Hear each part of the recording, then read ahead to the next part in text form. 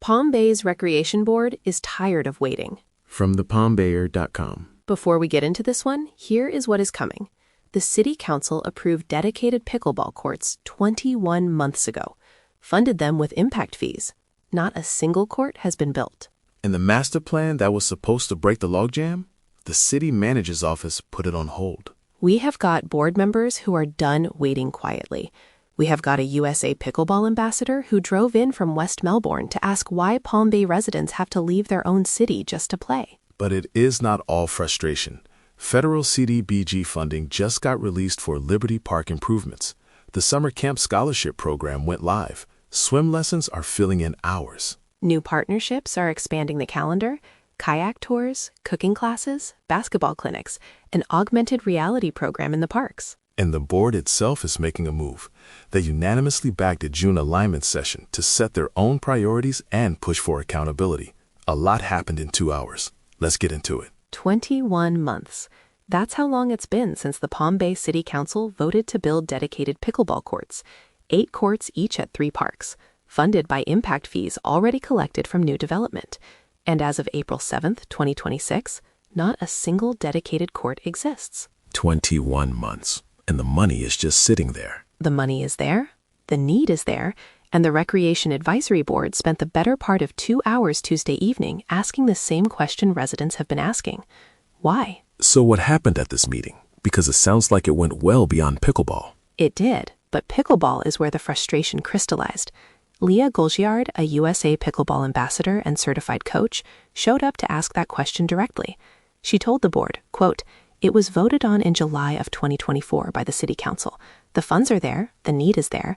Palm Bay has not a single dedicated pickleball court for its residents." She drove from West Melbourne to say that. She lives in West Melbourne, and she told the board that Palm Bay residents are driving to her city just to play. Her words, they're driving all the way up there because they have nothing here. Okay, so where do things actually stand with the courts? 3 parks were supposed to get them. Parks Division Manager Josh Hudak confirmed 3 locations have been discussed: Fred Poppy Regional Park, Veterans Park, and Nungesser Park. Veterans Park got pickleball lines added to its tennis courts when they were resurfaced in 2023 using CDBG funds, Community Development Block Grant funds. But those are shared lines on tennis courts, not dedicated pickleball courts. Shared lines. That's not what the council approved. No, it is not. Nungesser Park is worse. The tennis courts there need a full rebuild before pickleball could even be added, and that project is sitting in the budget request pile. Regional Park is tied to a larger master plan, which we'll get to. What about just putting down some temporary courts? Asphalt, lines, nets, done. Hudak addressed that. Even basic asphalt work requires sub-base preparation and compaction. His words, you can't just temporarily make a pickleball court. Fair enough on the engineering, but there was also a question about whether the bridge entrance at Regional Park was holding things up. Board Chair Thomas Gaum raised that concern. He thought the bridge entrance project at Regional Park had been bundled with the pickleball facility, creating a dependency that did not need to exist. Hudak clarified, the bridge is a separate project. Quote, "The bridge isn't what's holding us up." He said meetings with Public Works on bridge funding are happening on a separate track from the Regional Park master plan. So the bridge is not the holdup. What is? That is exactly the question board member Alfred Aguirre asked, and he did not ask it gently. Aguirre has served on the board for 2 to 3 years. He said pickleball was already a delayed promise when he joined. His words, "When I joined this board, pickleball. Same scenario. Voted, it's going to happen. And here we are." That is someone who has watched this cycle repeat. He went further. He said a soccer community partnership proposal had also been submitted, revised, and submitted again over the same period. Nothing to show for it. And then he said this, "It's a way to discourage you. If you say you're going to do something, you do it. And when you can't, you let the parties involved say, hey, this is what happened." So this is not just about pickleball. It is about a pattern. A pattern the board is losing patience with. And the thing that was supposed to break the pattern, the citywide recreation master plan, it is on hold. On hold? Tell me more about that. A final draft of the Fred Poppy Regional Park master plan was presented in October 2025. Pickleball courts were listed as the #1 priority. The phasing called for pickleball first, then an amphitheater and event lawn, then youth practice fields. But Recreation Director Daniel Waite told the board that the city manager's office has since put the master plan on hold. The city manager shelved it. What was the reasoning? The reasoning, according to Waite, was that resources should go toward delivering projects already in the pipeline, rather than layering another year of planning. His words, "The master plan was just going to push it another year long on getting that input when we know there are some high priority items that we can do." I can see the logic there. Stop planning, start building. But it creates a problem, does it not? A big one. The public input process that was supposed to accompany the master plan is also shelved, at least in its original form.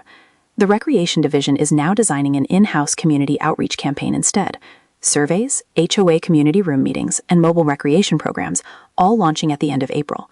WAIT is also working with the school board to distribute recreation program information in students' backpacks across Palm Bay's public and charter schools. So the board noticed the irony here.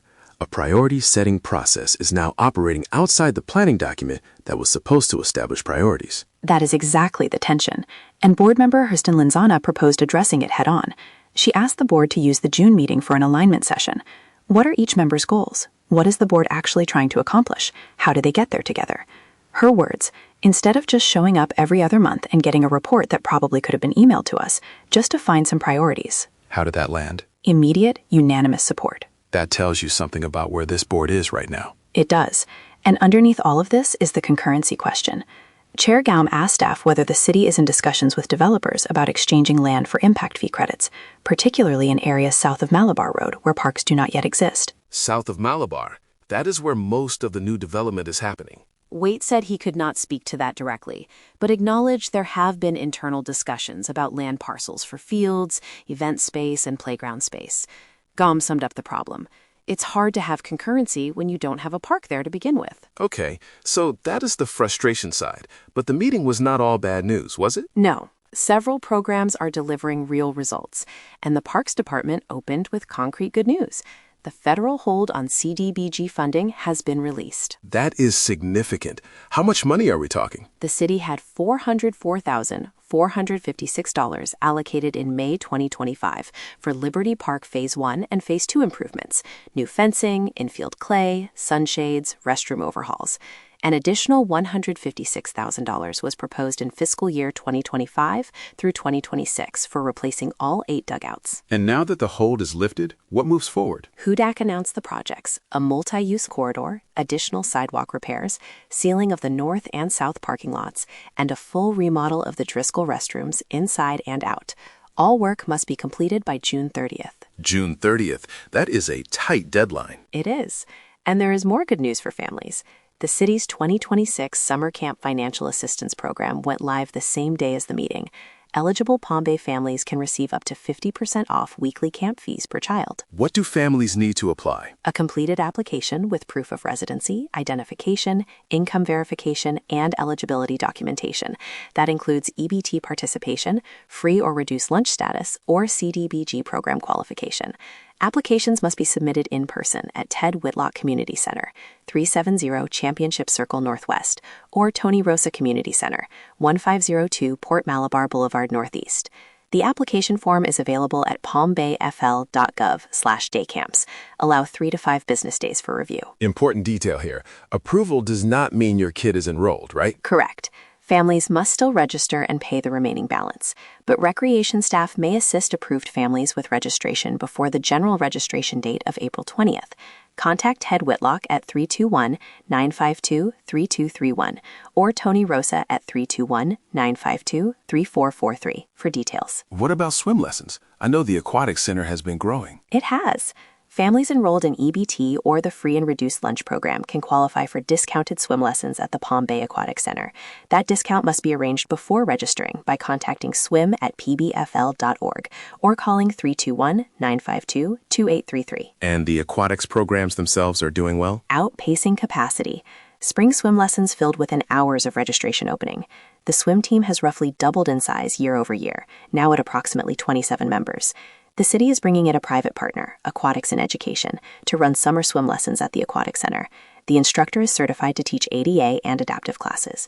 An adaptive aquatic session is planned once the schedule is finalized. That is a big deal. Adaptive aquatics is not something you see in a lot of municipal programs. No, it is not. And the programming numbers across the board are strong. The Spring Fun Camp drew 31 participants at Tony Rosa Community Center and 26 at Ted Whitlock. That is a 63% increase year over year. 63%? What about community events? Breakfast with the Bunny at Ted Whitlock set an attendance record, 408 participants. The underwater egg hunt at the pool also hit capacity. 408 people at breakfast with the bunny? That is not a program struggling for interest. Not even close. And new partnerships are expanding the calendar. The University of Florida IFAS program in Cocoa is bringing health and wellness classes south. A Mediterranean diet class ran April 8th. A sheet pan meals class is set for May 29th. A Build Your Bones series runs April 10th through May 1st. A chicken coop building class is also in discussion. A chicken coop class. I like that. The challenge is that most IFAS instructors are based in the northern part of the county. Waite said the division is working to recruit more instructors from the south part of Brevard to extend programming into Palm Bay. What about outdoor recreation? Melbourne Kayak Rentals is launching guided tours through Turkey Creek Sanctuary and Castaways Park. The operator is mobile, so no permanent infrastructure is required. The YMCA is hosting basketball clinics at Ted Whitlock in May. Toddler Time returned to Ted Whitlock on Tuesdays and Thursdays and drew 41 participants on its first day back. So the programs are thriving. The demand is clearly there. It just keeps coming back to the capital projects. That is the core tension. The Recreation Division is also exploring new tools. An augmented reality program called Agents of Discovery, similar to Pokemon Go, with geo-fenced missions that could direct residents to underutilized parks. A one-year trial has been running at the playground at Fred Poppy Regional Park, and staff are evaluating a mobile app and ticketing module through Vermont Systems, their recreation software provider, to streamline registration. Right now, signing up for a program requires creating an account and waiting for staff approval before anything can be done. Anything else on the maintenance side? Lindbergh Park's storm-damaged fence is being repaired. Both fields are getting new turf and new fencing. So looking ahead, what happens next for this board? Community outreach launches at the end of April. Alongside the surveys and HOA meetings, Waite mentioned using the mobile recreation program to bring programming to residents south of Malabar Road, rather than requiring them to travel to established facilities. Linzana volunteered to help spearhead a youth subcommittee, where young residents could participate in event planning, program feedback, and outreach.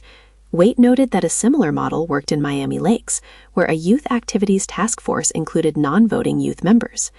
An earlier attempt by Councilman Kenny Johnson to establish youth involvement did not succeed due to difficulty filling seats. And the June meeting is going to be that alignment session Linzana proposed. Yes, impact fee fund allocations, KPI reporting preferences, and that alignment session are all on the June agenda. One more thing, 4th of July. The 4th of July celebration returns to Eastern Florida State College. The fireworks shell count is up approximately 30 to 40% over last year. Entertainment options are under contract discussion. 30 to 40% more fireworks. At least that is moving in the right direction. Read the full article and source documents at thepalmbayer.com. This is the Palm Bear.